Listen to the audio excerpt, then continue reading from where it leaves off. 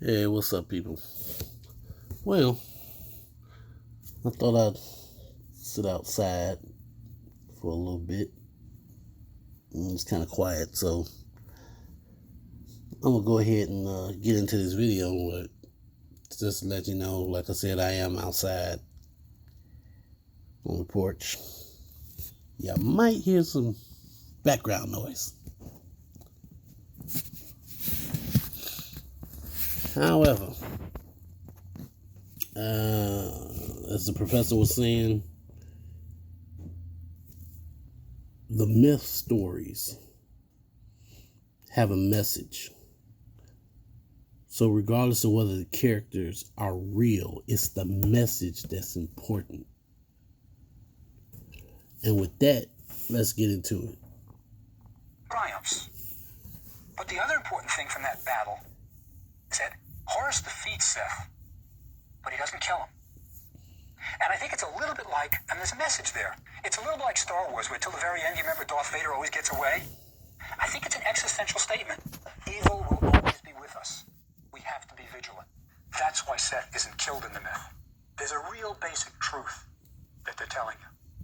But this is a crucial thing for the Egyptians, mythology. I don't think they meant it literally. I don't think they meant you're supposed to really believe this actually happened, but you're getting certain basic truths. Every deceased person, after he was dead, was called by his own name and Osiris. So, for example, your name might be Ani Osiris, Nachmin Osiris. The idea was you wanted to be associated with Osiris. Osiris resurrected, and we call you Osiris, you too will resurrect. So the myth tells us, the long myth, the myth from the waters of chaos to the Isis and Osiris myth, it tells us the world began with chaos.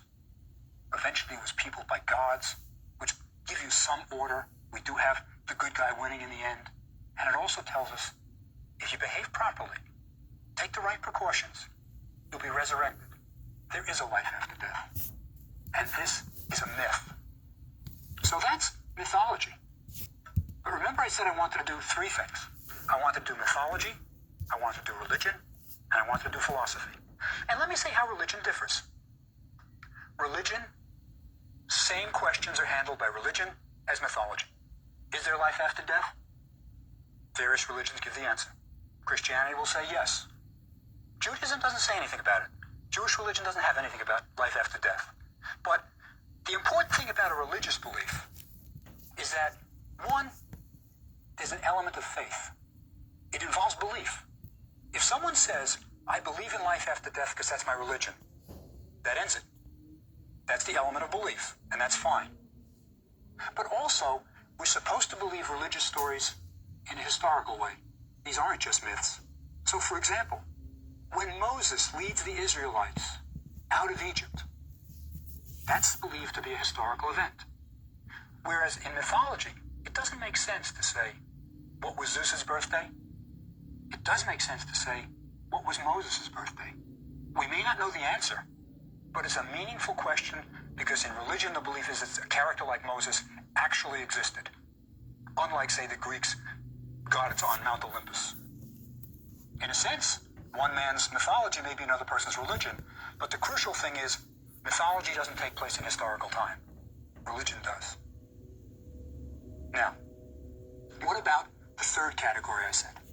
Philosophy. Well, philosophy tries to do the same thing, answer the same questions. Is there life after death? How did the universe begin? But it does it differently from either mythology or religion. Philosophy requires proof. You cannot in philosophy simply say, that's what I believe. It requires proof. Now the question is, how do you get such proof? How do you prove that there's life after death? Well, philosophers have tried. For example, René Descartes was a religious person, but he tried to prove logically that God must exist. Now, the point I want to make is a point that usually when I'm in a large classroom and I'm presenting to my students, they're all ready to kill me after I say what I'm going to say. But I'm going to try to make it clear that I think maybe hopefully you'll come around to the way I view it. Philosophical questions like, is there life after death? Is there a God? Are not matters of opinion. There is a right and wrong answer. Okay. Many people think, oh no, philosophy is just say anything off the top of your head. No.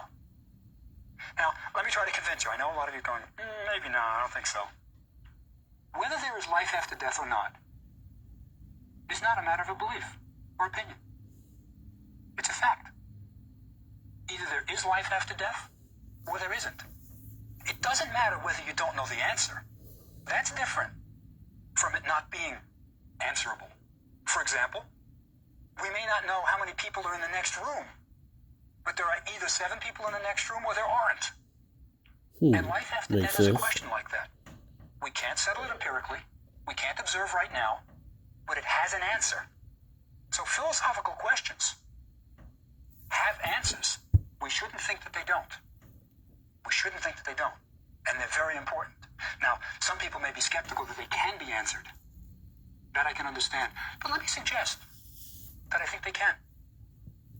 Philosophers try to answer questions. For example, one, everybody's wondered about the beginning of the universe. I'm sure you all wondered about it. How did it begin? Well, science says the Big Bang. The basic theory that in the beginning, everything was in a tightly balled mass. All the mass of the universe was in this thing about the size of a golf ball. Then it explodes, and the rest is the laws of physics. But that's not the question that philosophers ask about the beginning of the universe. The real question is, how did that golf ball get there? What was there before the golf ball? Now, as an example, to show you that these questions are answerable, and how we might proceed to answer it, and how it's different from religion, which just ends with belief, think about this. There are only 2 possibilities for the beginning of the universe. One is, it doesn't have a beginning. As far back as you go in time, there was always something. That's one possibility.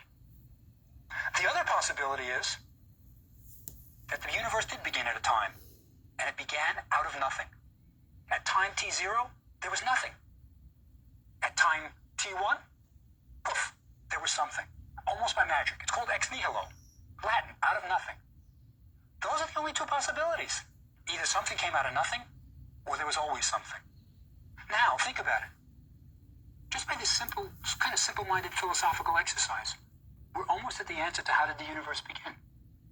We've limited to 2 possibilities, and now the question is, can we eliminate one of those possibilities? Is one of those impossible? You got a point there. Trying to answer a question based on pure knowledge, it either is or it isn't. Sounds simple enough. Having faith means you don't know the answer, but you know an answer exists. Either there is life after death or there isn't life after death. You know, you drive home, you get comfortable and go on about your evening. Either your car's going to be there in the morning or it's not going to be there in the morning. You don't know, but you have faith that it will be. But that doesn't mean it has to be. A lot of people go through hardships, with earthquakes and floods,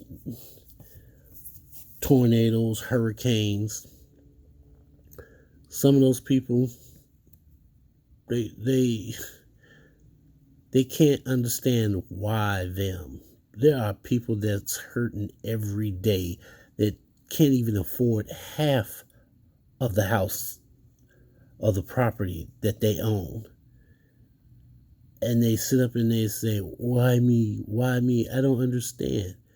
Just because something doesn't happen to you doesn't mean it can't happen. And that's both good and bad. And I'm going to let you ponder on that. And I'll talk to you later.